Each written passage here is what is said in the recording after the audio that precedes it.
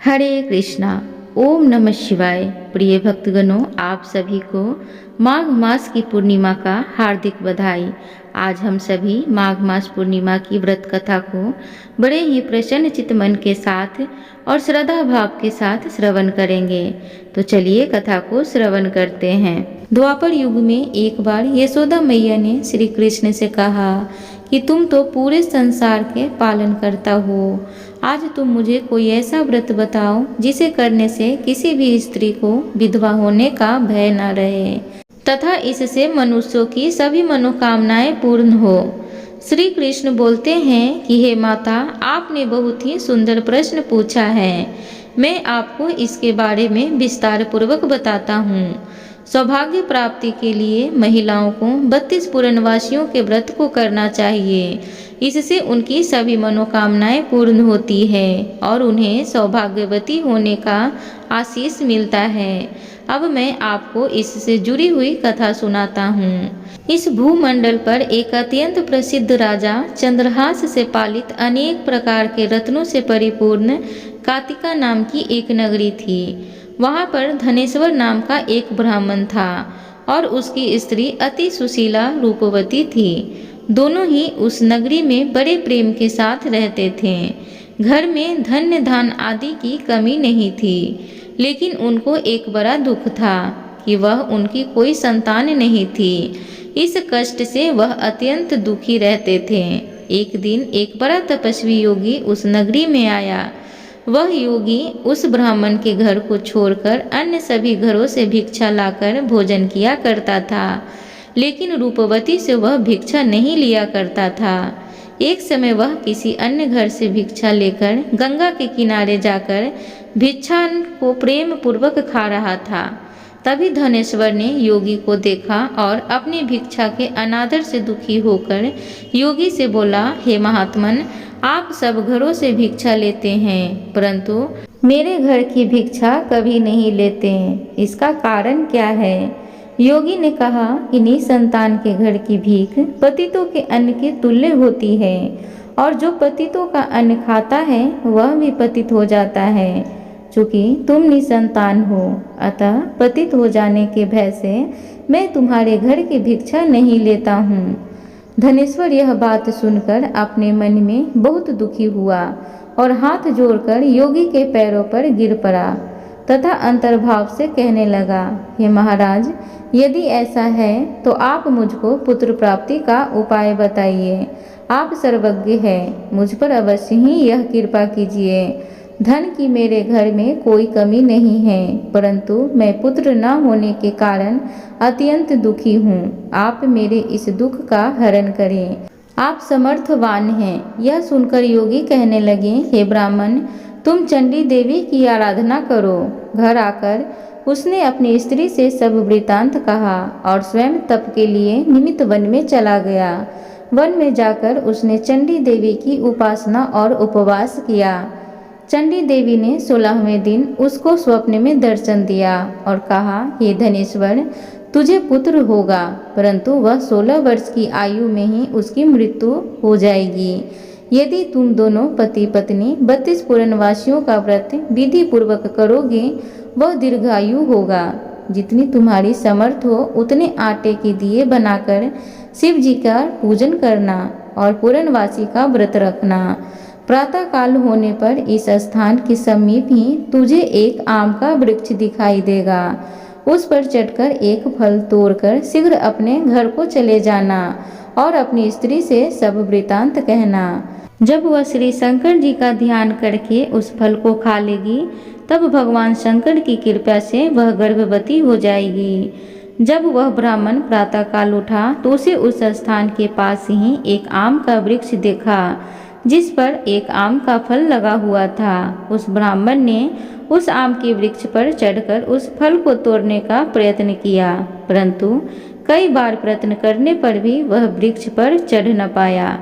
तब उस ब्राह्मण को बहुत चिंता हुई और वह विघ्न विनाशक श्री गणेश जी की वंदना करने लगा और बोला, हे दयानिधे, आपने भक्तों को विघ्नों का नाश करके उनके मंगल कार्यों को करने वाले, दुष्टों का नाश करने वाले, रिद्धि सिद्धि को देने वाले आप मुझ पर कृपा करके इतना बल दें कि मैं अपने मनोरथ को पूर्ण कर सकूं।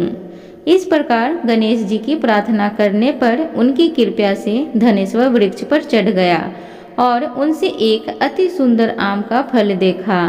उसने विचार किया कि जो वरदान से फल मिला था वह यह है और कोई फल दिखाई नहीं देता। उस धनेश्वर ब्राह्मण ने जल्दी से उस फल को तोड़कर अपनी स्त्री को लाकर दिया और उसकी स्त्री ने अपने पति के कथन अनुसार उस फल को खा लिया। इसके पश्चात वह गर्भवती हो गई। देवी जी की असीम कृपा से उसे एक अत्यंत सुंदर पुत्र की प्राप्ति हुई, जिसका नाम उन्होंने देवीदास रखा। माता पिता के हर्ष और शोक के साथ वह बालक शुक्ल पक्ष के चंद्रमा की भांति बढ़ने लगा। भवानी की कृपा से वह बालक बहुत ही सुंदर, सुशील और पढ़ने में बहुत ही निपुण हो गया। चंडी देवी की आज्ञा अनुसार उसके माता पिता ने 32 पूर्णवासी का व्रत रखना प्रारंभ कर दिया था, जिससे उसका पुत्र दीर्घायु हो जाए। 16वां वर्ष लगते ही देवीदास के माता पिता को बड़ी चिंता हो गई कि कहीं उनके पुत्र की इस वर्ष मृत्यु न हो जाए। इसलिए उन्होंने अपने मन में विचार किया कि यदि यह दुर्घटना उनके सामने हो गई तो वह कैसे सहन कर पाएंगे। उन्होंने देवीदास के मामा को बुलाया और कहा कि हमारी इच्छा है कि देवीदास 1 वर्ष तक काशी में जाकर विद्या अध्ययन करे और हम उसको अकेले भी नहीं छोड़ना चाहते, इसलिए साथ में तुम चले जाओ और 1 वर्ष के पश्चात इसको वापस लौटा लाना। सब प्रबंध करके उसके माता पिता ने काशी जाने के लिए देवीदास को एक घोड़े पर बैठाकर उसके मामा को उसके साथ विदा कर दिया। धनेश्वर ने अपनी पत्नी के साथ अपने पुत्र की मंगल कामना तथा दीर्घायु के लिए माँ भगवती दुर्गा की आराधना और पूर्णवासियों का व्रत करना आरंभ कर दिया। इस प्रकार उन्होंने 32 पूर्णवासी का व्रत पूरा किया। कुछ समय पश्चात एक दिन वह दोनों मामा भांजा मार्ग में रात्रि बिताने के लिए किसी ग्राम में ठहरे हुए थे। उस दिन उस गांव में एक ब्राह्मण की अत्यंत सुंदरी, सुशील, विदुषी और गुणवती कन्या का विवाह होने वाला था। जिस धर्मशाला के अंदर वर और उसकी बारात ठहरी हुई थी, उसी धर्मशाला में देवीदास और उसके मामा भी ठहरे हुए थे।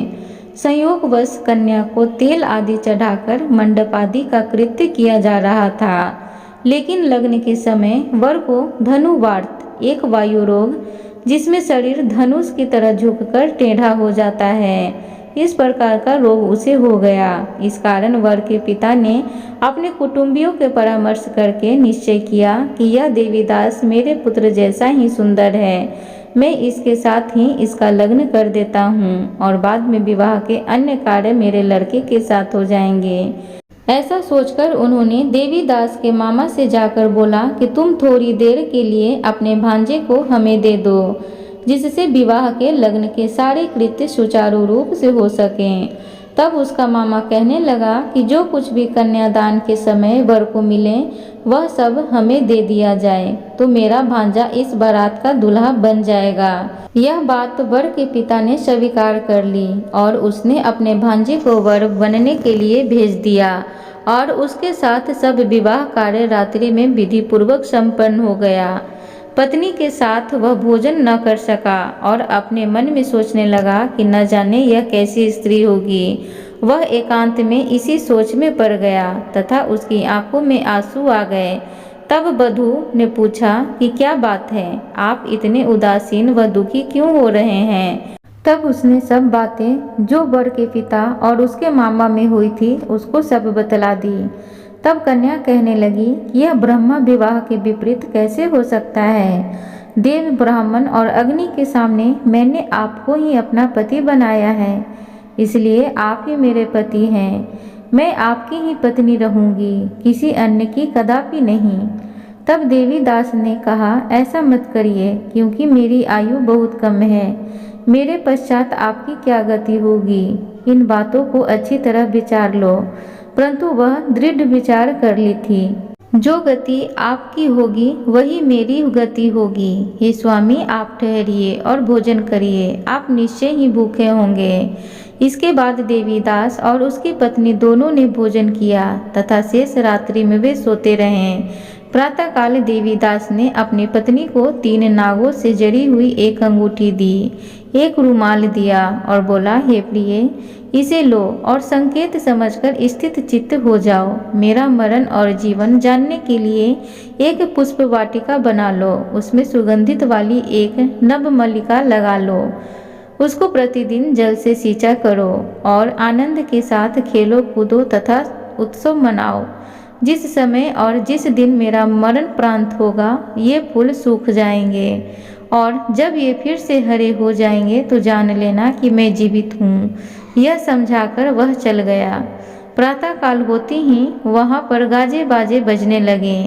जिस समय विवाह के कार्य समाप्त करने के लिए वर तथा सब बाराती मंडप में आए तो कन्या ने वर को भली प्रकार से देखकर अपने पिता से कहा कि यह मेरा पति नहीं है। मेरा पति वही है जिसके साथ मेरा पानी ग्रहण हुआ था। इसके साथ मेरा विवाह नहीं हुआ है। यदि यह वही है तो बताए, मैंने इसको क्या दिया था। मधुपर्क और कन्यादान के समय मैंने जो भूषण आदि दिए थे उन्हें दिखाएं तथा रात में मैंने क्या गुप्त बातें कही थी वह सब सुनाएं। पिता ने उसके कथन अनुसार वर को बुलवाया गया। कन्या की यह सब बातें सुनकर वह कहने लगा कि मैं कुछ नहीं जानता। इसके पश्चात लज्जित होकर वह वहाँ से चला गया और सारी बारात भी अपमानित होकर वहाँ से लौट गई। भगवान श्री कृष्ण बोले, हे माता, इस प्रकार देवीदास काशी विद्या अध्ययन के लिए चला गया। जब कुछ समय बीत गया तो काल से प्रेरित होकर एक सर्प रात्रि के समय उसको डसने के लिए वहां पर आया। उस विषधर के प्रभाव से उसके शयन का स्थान चारों ओर से विष से विषैला हो गया, परंतु व्रत के प्रभाव से उसको काट न पाया, क्योंकि पहले ही उसकी माता ने 32 पूर्णिमा का व्रत कर रखा था। इसके बाद मध्याह्न के समय स्वयं काल वहां पर आया और उसके शरीर से उसके प्राणों को निकालने का प्रयत्न करने लगा, जिससे वह मूर्छित होकर पृथ्वी पर गिर पड़ा। भगवान की कृपा से उसी समय पार्वती जी के साथ भगवान शंकर वहां पर आ गए।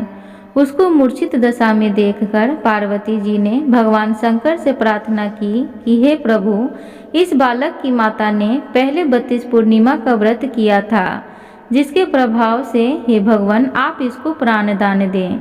भवानी के कहने पर भक्त वत्सल भगवान शिव ने उसको प्राणदान दे दिया। इस व्रत के प्रभाव से काल को भी पीछे हटना पड़ा और देवीदास स्वस्थ होकर बैठ गया। उधर उसकी स्त्री उसके काल की प्रतीक्षा किया करती थी। जब उसने देखा कि उस पुष्प वाटिका में पत्र पुष्प कुछ भी नहीं रहे तो उसको अत्यंत आश्चर्य हुआ और जब वह वैसे ही हरी भरी हो गई, वह जान गई कि वह जीवित हो गए हैं। यह देखकर वह बहुत मन से प्रसन्न हुई और अपने पिता से कहने लगी कि पिताजी, मेरे पति जीवित हैं, आप उनको ढूंढना शुरू करें। जब 16वां वर्ष व्यतीत हो गया तो देवीदास भी अपने मामा के साथ काशी से चल दिया। इधर उसके ससुर उसे ढूंढने के लिए अपने घर से जाने वाले ही थे कि वह दोनों मामा भांजा वहां पर आ गए। देवीदास को आता देखकर उसका ससुर बड़ी प्रसन्नता के साथ अपने घर में ले गया। उस समय नगर के निवासी भी वहां इकट्ठा हो गए और सबने निश्चय किया कि अवश्य ही इसी बालक के साथ इस कन्या का विवाह हुआ था। उस बालक को जब कन्या ने देखा तो पहचान लिया और कहा कि यह तो वही है जो संकेत करके गया था।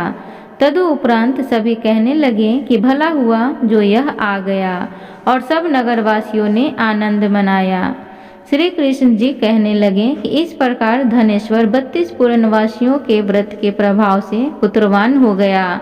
जो भी स्त्रियां इस व्रत को करती हैं वे जन्म जन्मांतर में वैधव्य का दुख नहीं भोगती और सदैव सौभाग्यवती रहती हैं। यह मेरा वचन है, इसमें कोई संदेह नहीं है। यह व्रत पुत्र पौत्र को देने वाला तथा संपूर्ण कामनाओं को पूर्ण करने वाला है। 32 पूर्णिमाओं के व्रत करने से व्रती की संपूर्ण इच्छाएं भगवान शिव जी स्वयं खुद पूर्ण करते हैं। एक बार बोलिए शिव शंकर भगवान की जय। गौरी शंकर की जय, हर हर महादेव की जय। प्रिय भक्तगणों, उम्मीद करूंगी आज की कथा आप सबको अच्छी लगी हो, तो प्लीज़ चैनल को ज़रूर सब्सक्राइब करें, वीडियो को लाइक करें, कमेंट बॉक्स में ओम नमः शिवाय ज़रूर लिखें। धन्यवाद।